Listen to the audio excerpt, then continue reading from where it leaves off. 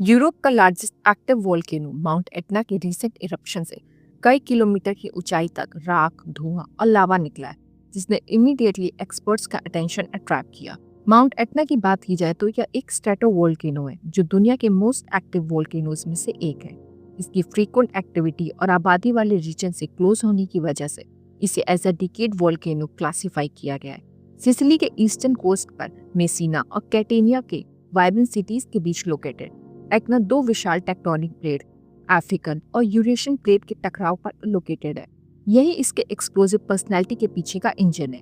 Etna की ऊंचाई 3403 metre है, जो इसे यूरोप का टॉलेस्ट एक्टिव वोल्केनो और एल्प्स के साउथ में हाईएस्ट पीक बनाता है। यह 140 किलोमीटर की बेस सरकमफ्रेंस मतलब परिधि के साथ 1190 स्क्वायर किलोमीटर में फैला है। माउंट एटना इटली का लार्जेस्ट एक्टिव वोल्केनो है। अब क्वेश्चन ये है कि एटना को वास्तव में यूनिक क्या बनाता है। इसके शिखर पर 5 एक्टिव समिट क्रेटर और 300 से ज्यादा फ्लैंक वेंट मतलब छेद हैं, जो ऊपर और दोनों तरफ से विस्फोट को संभव बनाते हैं। कुछ लोग इसके इरप्शन को स्ट्रोम्बोलियन कहते हैं, मतलब लावा का क्विक एक्सप्लोसिव विस्फोट। वहीं कुछ का तर्क है कि यह पिलीनियन है, क्योंकि इसके राख के बादल स्ट्रेटोस्फेयर तक पहुंच सकते हैं। एटना 5 लाख से ज्यादा सालों से फट रहा है, जिसने सिलिसिली के लैंडस्केप और कल्चर को शेप दिया है। रिसेंट ईयर्स में यह 2018, 2021 और अब 2025 में भी मेजर इरप्शन के साथ हेडलाइन बना है। ये इवेंट्स हमें याद दिलाते हैं कि एटना अभी भी जीवित है। इनफैक्ट इसके जियोलॉजिकल और कल्चरल सिग्निफिकेंस ने इसे 2013 में यूनेस्को वर्ल्ड हेरिटेज साइट का दर्जा भी दिया है। अगर बात की जाए कि क्यों एटना बार बार इरप्ट होता है, तो यह सब डीप अंडरग्राउंड स्टार्ट होता है। अर्थ मेंटल में हाई हीट और प्रेशर चट्टानों को पिघलाकर मैग्मा में बदल देता है। जैसे जैसे मैग्मा ऊपर उठता है, कार्बन डाइऑक्साइड और सल्फर डाइऑक्साइड जैसी गैसेस एक्सपैंड करती हैं और प्रेशर बिल्ड करती हैं। जब यह प्रेशर किसी वीक स्पॉट पर पहुंचता है, जैसे अर्थ के क्रस्ट के फ्रैक्चर में, तब इरप्शन होता है। टेक्टोनिक प्लेट पर एटना की पोजीशन इसे इस फायरी एक्शन के लिए हॉट स्पॉट बनाती है। अगर बात करें कि क्यों एटना मायने रखता है, तो इसकी रॉ पावर के बियॉन्ड एटना सिसिलियन लाइफ की फाउंडेशन है।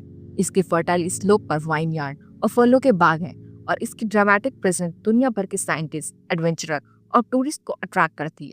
यह पृथ्वी की वाइल्ड एनर्जी और ब्यूटी की याद दिलाता है। माउंट एटना के बाद इटली के इसके फायरी नेबर की बात करें तो इसमें सबसे पहला एटना से लगभग 400 किलोमीटर दूर नेपल्स के पास वेसुवियस है। यह स्ट्रेटो वोल्केनो 79 एडी में अपने विनाशकारी इरप्शन के लिए कुख्यात है, जिसने पोम्पेई और हरकुलेनियम शहरों को दफन कर दिया था।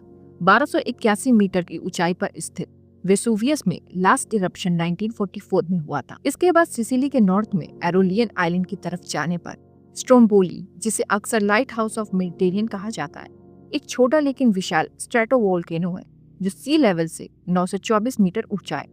यह लगभग 2000 सालों से लगातार इरप्ट हो रहा है, जिसमें लावा और राख के छोटे छोटे विस्फोट होते रहते हैं। इसका ग्लोइंग समिट मतलब शिखर रात में समुद्र से दिखाई देता है, जो सेलर और विजिटर्स दोनों को आकर्षित करता है। एरोलियन आइलैंड्स में ही वोल्केनो भी है, जिसका नाम रोमन फायर गॉड और वोल्केनो वर्ड के ओरिजिन के नाम पर रखा गया है। यह 501 मीटर ऊंचा वोल्केनो अपने भाप छोड़ते धुएं, सल्फरस स्प्रिंग और बबलिंग मड पूल के लिए जाना जाता है, जो एक स्पिरिचुअल लैंडस्केप क्रिएट करते हैं। इसका लास्ट मेजर इरप्शन 1888-1890 में हुआ था, लेकिन इसकी जियोथर्मल एक्टिविटी इसे साइंटिस्ट और टूरिस्ट के लिए हॉटस्पॉट बनाती है। एटना की तरह ये वोल्केनोस टेक्टोनिक बाउंड्रीज पर स्थित है, जहां अफ्रीकन प्लेट यूरेशियन प्लेट के नीचे सबडक्ट हो जाती है, जिसे इटली की वोल्केनिक एक्टिविटी को बढ़ावा मिलता है। बात करें कि सबसे ज्यादा वोल्केनोस कहाँ पाए जाते हैं, तो ये रिंग ऑफ फायर के आसपास केंद्रित है, जो पैसिफिक ओशन के चारों ओर का रीजन है, जहां दुनिया के लगभग 75% एक्टिव वोल्केनोज हैं, जिसमें जापान, इंडोनेशिया, एंडीज और अमेरिका के वेस्टर्न कोस्ट जैसे रीजन आते हैं। अदर हॉटस्पॉट्स में आइसलैंड जैसे मिड ओशनिक रिज शामिल है, जहां टेक्टोनिक प्लेट्स अलग हो जाती हैं, और ईस्ट अफ्रीका का रिफ्ट जोन। ये वे एरियाज हैं जहां अर्थ का क्रस्ट सबसे ज्यादा डायनेमिक है। माउंट एटना और उसके वोल्केनिक नेबर्स जियोलॉजिकल वंडर से कहीं बढ़कर हैं। वे लिविंग ब्रीथिंग फोर्स हैं जो हमारे प्लैनेट को शेप देती हैं।